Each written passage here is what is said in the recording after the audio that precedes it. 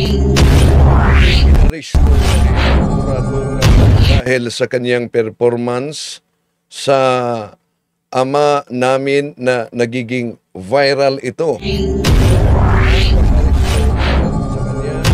Sa warrant of arrest sa reklamo laban kay Asmudius Fernando Magallanes Pahinti alias Pura Luka. Ang warrant of arrest na ito ay may piyansa na more than 300,000. Batay ito sa mga reklamo na inihain sa churches affiliated ng Philippine for Jesus Movement kaugnay sa ama namin performance. Ito ang nag-viral at grabe ang reaksyon at parang kauna-unahan si Pura Case niya po Luka sa RTC Branch 360 ng Quezon City po. Ng same offense lang din po nung October 2023 po. Kusa naman po siya sumama, hindi naman po siya nag-resist kasi mukha naman expected na. Oh, yun. Kusang sumama si Pura Luka, mga kapatid, sa warrant of arrest. Ito ay pangalawang bisis na siya ay hinuli patungkol sa performance niya sa ama namin. Ito tatalakayin natin, mga kapatid. Samahan ninyo. Magandang araw po mga kapuntos, at sa araw na ito po meron po akong tampok na video para sa inyo at sana ay magustuhan ninyo. Kaya sa mga bago pa po sa aming channel, please po don't forget to hit the subscribe button at ang notification bell para maging notified kayo sa bawat video na ilalabas ko sa channel na ito. At bilang kahilingan po ng punto por punto team at naway maintindihan po ninyo, sana po wag nyo pong i-skip yung mga ads sa aming mga video. Sa maliit na bagay na po na yan, malaking tulong po yan sa ating programa at sa ating ministry. Sana po maunawaan po ninyo. Maraming salamat po, kaya wag na po natin patagalin. Simulan na po natin.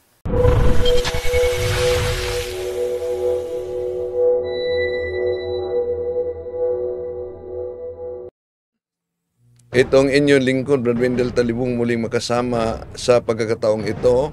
At sa pagkakataong ito, ating tatalakayin, hinuli na naman si Pura Luka Viga. Marami nanggagalaiti kay Pura Luka matapos inilabas yung performance niya sa ama namin. Asmudius Fernando Magallanes Pahinti sa Immoral Doctrines of Sins publication at warrant of arrest na may piyansang 360,000 batay sa reklamo ng churches affiliated Philippine for Jesus Movement kaugnay sa ama namin performance. Ito viral ito noon. At ayon sa PNP, mga kapatid, sa huli nila batay sa warrant of arrest. Case niya po sa RTC Branch 360 ng Quezon City po.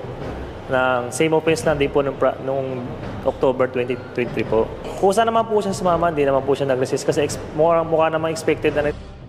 At may mga nagkukomento din, lalo na yung ibang vlogger at iba pa mga nagkukomento na karma na daw kay Pura Luka Viga. Una, ang komento ko rin tungkol diyan, bilang mga Kristiyano, alam nyo ba, di tayo naniniwala ng karma dahil ang karma ay occultism yan. No. Ikalawa, huwag nating ikatuwa kung may nangyari sa isang tao kaugnay sa mga ginagawa nitong pinaniniwalaan na kasalanan. Bakit pinaniniwalaan? Dahil nasa korte na yan, mananatiling inosente pa si Pura Luka Viga hanggang walang, yun talaga ang justice system natin, walang desisyon ang korte na mapatunayan siyang guilty beyond reasonable doubt.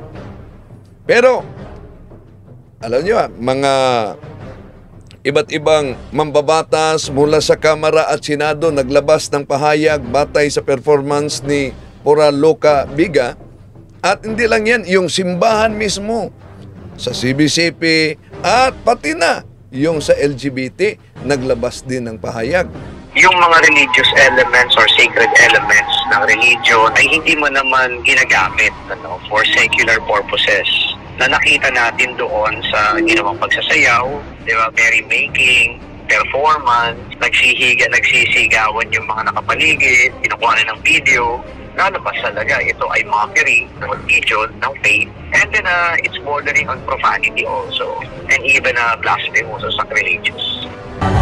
Ito ang ama namin na nag-viral. Kaya sa pamamagitan nito, kinasuhan siya at may iba pang mga religious That is the organization. prayer taught by Christ himself. So, hindi mo dapat na ginamit yun ng ganun-ganun lang na sumasayo ka, in-entertain mo yung mga tao. Yung freedom of expression, it's not absolute. If you are adversely affecting the other party, and you should tone down yourself. Kahit ang LGBT, ang representative, ito si Geraldine Roman, nag-react The mismong figure ng Jesus Christ at saka yung Lord's Prayer, anuhin mo ng gano'n, hindi tama yun. Hindi talagang nananadya yan. Ang masakit dito, nalilihis yung usapin from plain disrespect for the sensibilities, religious sensibilities of other people. Nalilihis na pupunta sa gender issue. Yan, nalilihis mapunta sa gender issue. Sa gender issue, yan naman ang nasa nakabinbin ngayon, yung tinatawag na same-sex marriage, mga kapatid, na sa ibang bansa ay nagiging legal yon. No? So, ang abogado ni Pura Loca Biga, ito ang reaksyon sa panibagong paghuli niya. 21st century na, pero nagpapakulong pa rin tayo ng mga taong hindi katulad ng ating paniniwala.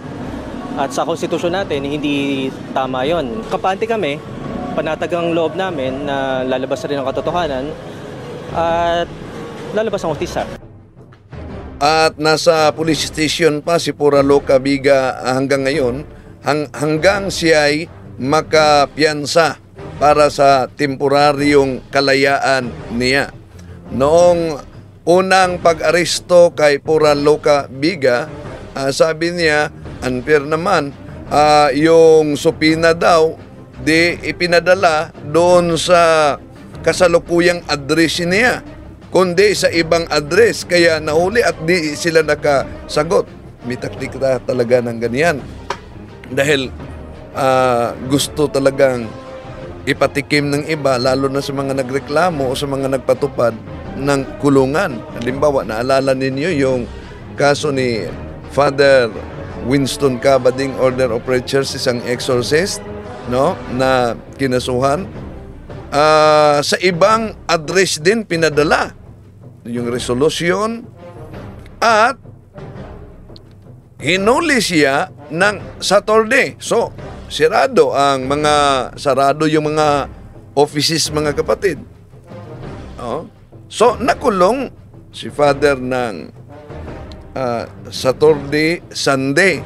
Oh, dahil naghanap pa ng meron bang night court para makapiyansa. So, hanggang Sunday, kaya nagmimisa siya sa kulungan doon sa PNP o CIDG. Pero ang good news, nabasura yung lahat na kaso. Ngayon, sa unang pagkakataon na nahuli si Pura Loca, pangalawa na ito na warrant of arrest, ito ang kanyang pahayag doon mismo sa kulungan. It was a bit quick. My side of the story or the motion or hindi naman ako nabigyan ng enough time to submit the documents that we've been wanting to submit. So ayun, yeah, but So ayun, kasi parang investigation.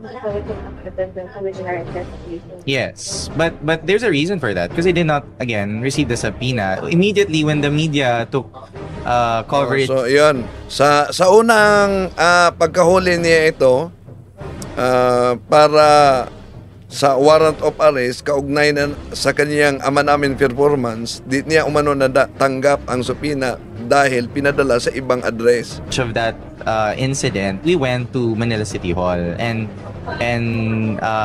stated our case that indeed we did not receive the subpoena because it was not addressed to my current address.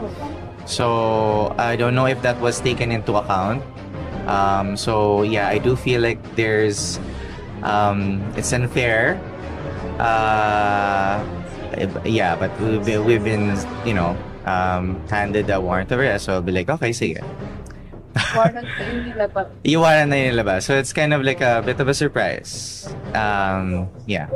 And we're after natin kasi ngayon trending na gawa sa Really? Okay.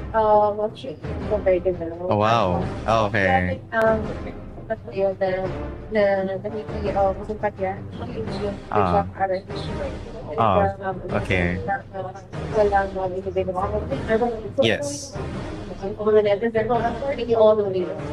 I'm very grateful for the... Yes. Natin right now na because of this. So, hindi person na pag umabot Well, I think that the reception was a little blown out of proportion because I stand by what I said that when you're doing drag, kasi it's a form of storytelling, so it's really just telling a story wherein I envision Jesus being one with the queer people. So basically, that's just the intent of the performance. And then, with the declarations of the persona non grata, I think it was also an overreaction to the incident. Like I said in the previous statements that I had, I've always been open for dialogue. If they really wanted to know my side of the story, unfortunately, they had interpretations of my performance. They took it out of context. And with the declaration of persona non grata, I know that it's non-binding. It's basically just a statement of, I'm not welcome to a particular locality. But then again, I don't know if I really did contribute much to offending the particular locality that has declared persona non grata. Ayun. I've been trying to deal with all of the cases that were charged against me, and so far I did face all of the charges. Went to the courts for the 3 cases that were filed to me in QC. Here in Manila, yung sa case na na-file sa akin, I did not receive the subpoena. So immediately after knowing that the case was ongoing, I did not know this, so I immediately went there, and Manila City Hall has been kind naman. But we tried to submit yung motion to reopen the case and to submit the counter affidavit. So it was kind of a shock now to be handed the warrant of arrest, because I feel like it was a bit quick. My side of the story or the motion, or hindi naman ako nabigyan ng enough time to submit the documents that we've been wanting to submit. Ganon talaga kapuresyo pag may kaso. Naalala ko yung kaso ni Father Kabading. Nagiging kabahagi ako dahil sa programa dito, kinuha ang batayan para magiging sampahan ng kasong offending to religious feeling si Father Winston Kabading. Kaya pumunta talaga ako sa Makati City para mag-execute ng affidavit. So, manatili pa si Pura Loca na inosente habang walang inilabas na desisyon ang korte na siya may kasalanan beyond reasonable doubt. Pero magiging leksyon din ito kay Pura Loca na yung iginiit niya na expression of freedom of speech ang ginawa niya sa kanyang performance. Walang pagkakaiba yan kay Doktora Loren Badoy, di po ba? Kahapon lang, naglabas ng desisyon ang Korte Suprema, mga kapatid, Supreme Court, at napatunayan na pinatawan ng kasalanan si Doktora Loren Badoy sa Korte Suprema kaugnay sa red tagging. No? At iginiit niya na ang kanyang ginawa ay parte lang sa freedom of expression. May limitasyon po ang freedom of expression, kaya mag-ingat yung mga pastor na nagwawasak ng mga imahe, lalo na yung isang pastor na nasa loob pa ng simbahan habang isinagawa ang religious ceremony nila. Abay, talagang saklaw yan sa religious offending to religious feelings kung ginawa sa loob mismo ng simbahan, mga kapatid. Kaya ingat-ingat yan. So, magiging leksyon ito ni Pura Loca din. Siya ang kauna-unahang Pilipino na sa iba't ibang mga lungsod at syudad ay idiniklara na persona non grata dahil sa kaniyang performance. Sandali lang, may nabasa ako kanina, si Crusader ba yun, nagtanong kung sang-ayon ba si Pope Francis. Tingnan natin yung message ni Crusader sa same-sex marriage. Okay. Ito. No, may message si Crusader kanina. Saan na ba yun? Ito. Tanong ko lang, Bro Wendell, sang-ayon ba si Pope Francis natin sa same-sex marriage? Legal na ba ito ng Roman Catholic religion natin? Pakisagot. Maraming salamat, kapatid. Una, it was a bit quick. My side of the story or una, yung nagre-react na sinang-ayunan na umano kahit yung ibang sekta, chismis lang yan. Pag nag-react ng ganyan, di nila nabasa yung opisyal na dokumento ng simbahan. Dahil may inilabas ang dicastery, yung tinatawag noon na Congregation for Doctrine of the Faith, tinatawag ngayong dicastery, mga kapatid, sa panahon ni Pope Francis. At ito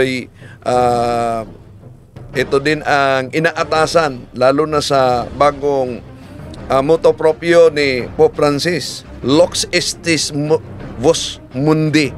Yung Lux Estis Vos Mundi, inaatasan din ang mga obispo na kung meron mang mga pare na involved sa sexual harassment o dapat i-report. Kung hindi makareport ang obispo nito, abay, siya ay posibleng tanggalin. So, merong fiducia supplicans na dokumento sa dicastery, at ito ang sinabi nila na pinapayagan na daw umano ng Papa. May mga nag-react din na mga obispo, kahit obispo at pari, na yung same-sex marriage, yung iba interpretasyon, at ito'y pumutok din sa media. Pero batay sa dokumento, mga kapatid kong binasa lang nila, malinaw po na ayon sa dokumento, the Roman Catholic priest can administer blessings to same-sex couples as long as they are not part of regular church rituals or liturgies. Blessing lang po yun. Sacramental yan. Hindi yan sakramento. Blessing lang. Halimbawa, sa misa, ang pare nagbi-blessing sa lahat ng mga dumalo ng misa. Kahit pa meron kang mortal na kasalanan, kasali ka sa blessing. Pero o na umiepekto lang ang blessing if we are in the state of grace. And bago tayo magtapos mga kapatid sa ating talakayan, merong nagkomento batay sa pagsagot ko kay Pastor Apollo Kibuloy. Naalala niyo kagabi, bago kami nag-meeting, sinagot ko kasi yung pahayag ni Pastor Apollo Kibuloy sa larawan. Tumiwalag kayo sa kawan ni Kristo. Sino yung mga kawan ni Kristo? Yung sumusunod sa kanyang sinabi. Mercedes-Benz ang pinapakilala niyo sa labas. Isang allegory to. Pagkatapos sa sunod, isusu pala kayo. Ibang makina kayo. Di ba nakakapanlin lang kayo? Makikilala mo ang isang tunay sa kanyang itinuturo. Anong tinuturo ninyo? Di ba nagsasamba kayo ng rebulto? Di ba gumagawa kayo ng mga inukit na larawan? Yan ba itinuro ni Kristo? Yan ba isalangsang sa mga salita ng Diyos? Salangsang, pero binahawakan ninyong Biblia, pero hindi nyo sinusunod. Di ba peke kayo? Yan ang sinagot natin yan kagabi. Pagkatapos sa uploaded video natin, may nagkomento, no? Dahil sa sagot natin mga kapatid, binasa natin yung dokumento mismo ng simbahan, na ang dokumento ng simbahan dahil itong paulit-ulit na atake ng mga nagsusulputang sikta sa ating panahon ngayon, yung mga siktang tatag lamang ng tao. Una, piki daw tayo. Kung piki man tayo, kung totoong tunay na anak ng Diyos itong si Pastor Apollo Kibuloy, ang self-proclaimed appointed daw. Appointed ba o disappointed? Na dahil sa kasalukuyang mga kaso ngayon na piki daw ang simbahang Katoliko. Sige nga, Pastor Apollo Kibuloy, kung piki ang simbahang Katoliko, ibig sabihin, ang simbahang Katoliko, tatag lang ito ng tao. Kung tatag lang ito ng tao, ibig sabihin, meron kang pwedeng ituro na tao na nagtatag nito. Kaya nga, subukan natin ang galing ni Pastor Apollo Kibuloy. Sino ang maituro mong tao na nagtatag sa simbahang Katoliko? Dahil yung Kingdom of Jesus Christ, man-made lang yan. Siya mismo ang nagtatag na yan. Batay din sa walang maituro si Pastor Kibuloy dyan at iba pa mga sikta. Maliban kung gagamitin nila ang his story at hindi yung history. No? So, sinagot natin batay sa dokumento ng simbahan, may Catholic Faith, page 191, we honor sacred images in order to show our veneration for the person that represent, not to adore them as God. Pagkatapos nito, may nagkomento, nabasa ko kanina yung komento niya. Ito po ang komento niya. Si Ernesto Cortez, na 2 oras pa lamang nagkomento siya. Sabi niya, kung hindi niyo sinasamba, alisin niyo. Yan. Nagtatanga-tangahan naman kayo. Yan. Maraming salamat sa komento ni Ernesto Cortez. 2 hours ago pa ito na komento mga kapatid, na kung hindi daw umano sinasamba natin, ialisin natin daw yan dahil nagtanga-tangahan daw tayo. Common sense naman, kapatid ni Ernesto, common sense. Kahit yung common sense ay hindi common sa everybody, sa everyone. Bakit? Halimbawa, kung yun ang argumento mo, pag hindi sinasamba, alisin mo na lang. Nakita mo ba si Dr. Jose Rizal diyan sa Luneta? Gamitin natin common sense. Ano makita mo? Di po ba yung monumento ni Dr. Jose Rizal doon sa Luneta may mga gwardya? Di po ba nasubukan mong itanong, bakit may gwardya itong monumento na hindi naman ito tatakbo? Ayun guys, sobrang minala si Pura Luca Vega doon. Kasi dati, before siya nakulong, winarningan pa siya. Pero sa halip na sumunod, mas lalong nagmatigas si Pura Loca Vega at nagsagawa pa ng pangalawang video kung saan is pinaglaruan niya yung ostia. Do alam naman natin hindi yung consecrated, pero ganun pa rin ang resulta pa rin eh. Dinagdagan pa niya. Ano pa? Yung performance na natutulog ba ang Diyos? Mas lalong dinagdagan pa niya. So,